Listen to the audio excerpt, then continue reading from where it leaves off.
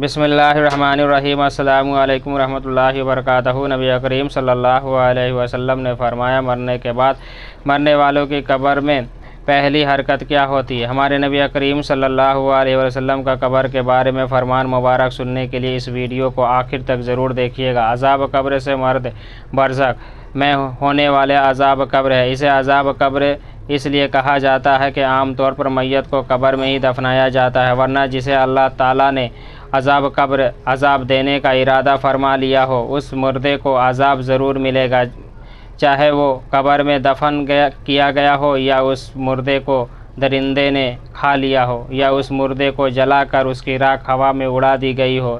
اس بارے میں حضرت ام سلمہ رضی اللہ تعالیٰ عنہ اپنے شوہر ابو سلمہ رضی اللہ تعالیٰ عنہ کی وفات کے وقت واقعہ کچھ یوں ہی بیان فرماتے ہیں کہ وفات کے وقت میرے شوہر کی آنکھیں کھلی تھی، جبکہ جسم حرکت میں نہ تھا اور نہ ہی وہ بول سکتے تھے۔ کسی نے حضور اقدس صلی اللہ علیہ وسلم کو میرے شوہر کے اس حالات کی خبر دی تو آپ صلی اللہ علیہ وسلم ہمارے گھر تشریف لائے۔ جب آپ صلی اللہ علیہ وسلم میرے شوہر کے پاس تشریف آئے، دیکھا کہ میرے شوہر کی آنکھیں کھلی ہوئی ہو، تو انہوں نے اپنے ہاتھ مبارک سے آنکھیں بند کرتے ہوئے فرمایا، جب موت کا فرشتہ انسان کی روح قبض کرتا ہے تو مرنے والے کی آنکھوں کی روشنی بھی روح کے ساتھ چلی جاتی ہے۔ جب حضور اقدس صلی اللہ علیہ وسلم مبارک منہ سے یہ الفاظ نکالے تو گھر والوں نے رونا شروع کر دیا۔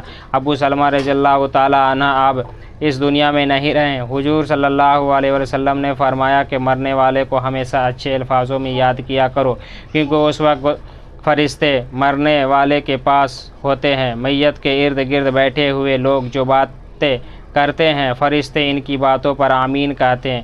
پھر حضور صلی اللہ علیہ وسلم نے اللہ رب العالمین سے دعا کی کہ اللہ ابو سلمہ کو قبر کی عذاب سے محفوظ فرما اور اس کو اپنی خاص بندوں میں شامل کر لے جن پر تیرا خاص کرم ہے۔ ان کی قبر پر اتنی رحمتیں فرما اور قبر کو نور سے مالا مال کر دینا۔ حضور صلی اللہ علیہ وسلم کی اس دعا پر ثابت ہوتا ہے کہ جب مسلمان فوت ہو جاتا ہے تو اللہ تبارک و تعالیٰ مسلمان کی قبر میں نور اور رحمتیں عطا کر دیتا ہے، جبکہ غیر مسلم مرتا ہے تو اللہ تبارک و تعالیٰ اس کی قبر کے تنگ اور عذاب سے بھر دیتا ہے۔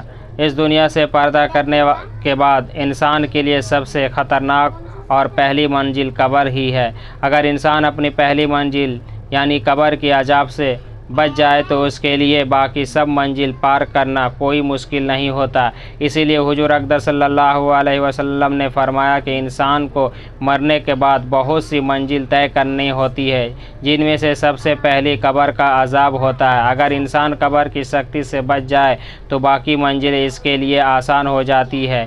ایک مرتبہ حضور اقدس صلی اللہ علیہ وسلم قبرستان سے جا رہے تھے تو آپ نے قبر کا عذاب بیان کرتے ہوئے فرمایا کہ مجھے اگر اس بات کا ڈر نہ ہوتا کہ تم میت کو قبر میں دفنانا چھوڑ دو گے تو میں اپنے رب کریم سے دعا فرماتا کہ وہ تم لوگوں کو بھی قبر کے عذاب سے آگاہ کر دیتا۔ بالکل اسی طرح جس طرح میں دیکھ رہا ہوں اور سن رہا ہوں، حضور اقدس صلی اللہ علیہ وسلم نے جب صحابہ کرام کی قبر کے عذاب سے آگاہ کرتے ہوئے تو سب کے رونگٹے کھڑے ہو جاتے۔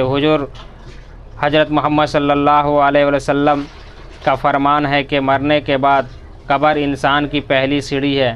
جس بندے کی یہ منزل آسان ہو گئی تو باقی سب منزل اس کے لیے آسان کر دی جاتی ہے۔ جس نے اس منزل سے آسانی حاصل نہ کی تو اس کے لیے دوسری منزل عبرت کرنا بہت ہی مشکل ہو جاتا ہے۔ حضور اقدس صلی اللہ علیہ وسلم نے فرمایا کہ میں نے آج تک قبر سے سخت ترین منظر کبھی نہیں دیکھا۔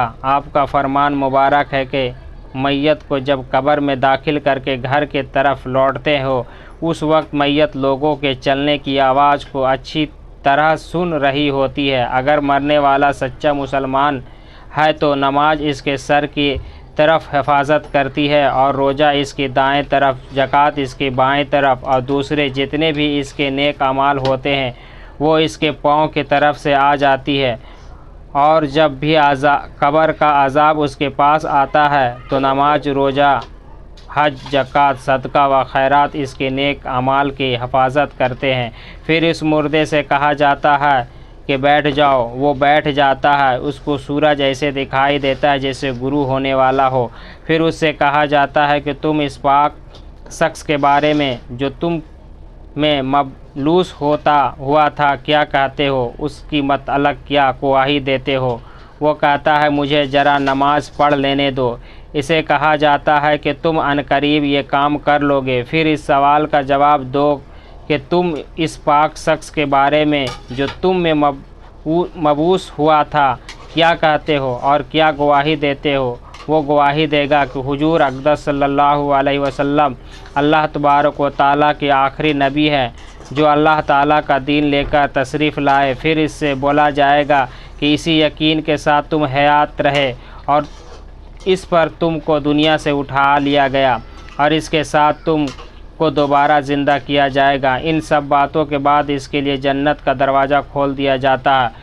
وہ قبر میں ہی جنت کو دیکھ کر بہت خوش ہوتا ہے۔ پھر اس کو جہنم کا دروازہ کھول کر دکھایا جاتا ہے اور کہا جاتا ہے کہ اگر تیرا اعمال اچھے نہ ہوتے تو تم کو جہنم کی گہرائی حصے میں ڈال دیا جاتا۔ نیک بندے کی قبر کو اللہ رب العالمین گلدستہ اور نور سے منور فرما دیتا ہے۔ روح کو عالی قسم کا عطر لگا کر پاکیزہ جگہ پر رکھ دیا جاتا ہے۔ غیر مسلم کے بارے میں یہ فرمان ہے کہ جب قبر کا عذاب ان کے جسم پر آتا ہے تو ان کے ارد گرد کوئی بھی نیک اعمال نہیں ہوتے جو ان کی حفاظت کر سکے۔ پھر اس کافر کو حکم دیا جاتا ہے کہ یہاں پر بیٹھ جاؤ۔ وہ ڈرتا بیٹھ جاتا ہے۔ اس کو آخری نبی کریم صلی اللہ علیہ وسلم کے بارے میں پوچھا جائے گا تو وہ کچھ نہیں بتا سکے گا، یہ کون ہے؟ پھر ان کو حضور اقدس صلی اللہ علیہ وسلم کے بارے میں بتایا جائے گا تو وہ جواب دے گا کہ میرے علم میں نہیں، وہ کہ حضور اقدس صلی اللہ علیہ وسلم کون ہے؟ پھر اس کو فرمایا جائے گا کہ تو دنیا میں غیر مسلم تھا، غیر مسلم مر گیا اور غیر مسلم ہی دوبارہ زندہ ہوگا۔ پھر اس کے جنت کا دروازہ کھول کر دکھایا جاتا ہے اور کہا جاتا ہے کہ اگر تیرے اعمال نیک ہوتے تو تجھ کو ہمیشہ کے لیے جنت میں داخل گھر مل جاتا تھا۔ پھر اس کو وہاں سے جہنم کے لیے لے جایا گیا اور کہا جائے گا کہ تو ہمیشہ ہی گناہوں کی پناہ کیا ہے، اس لیے تیرا ٹھکانہ یہ جہنم ہے۔ وہ جہنم کو دیکھ کر حیران ہوگا اور کہنے لگے گا کاش میرا بھی نامہ اعمال نیک ہوتا اور مجھے جنت میں داخل کر دیا جاتا۔ پھر اللہ تبارک و تعالیٰ اس کافر کو قبر کے چاروں ارد گرد آپس میں ملا کر اس کی پسلیاں زیر و زیر ہو جائے گی۔ اللہ رب العالمین فرمان ہے کہ جو بندے میرے بتائے ہوئے راستے پر کاموں پر عمل نہیں کرے گا تو میں اس کے لیے قبر کی تنگ کر دوں گا۔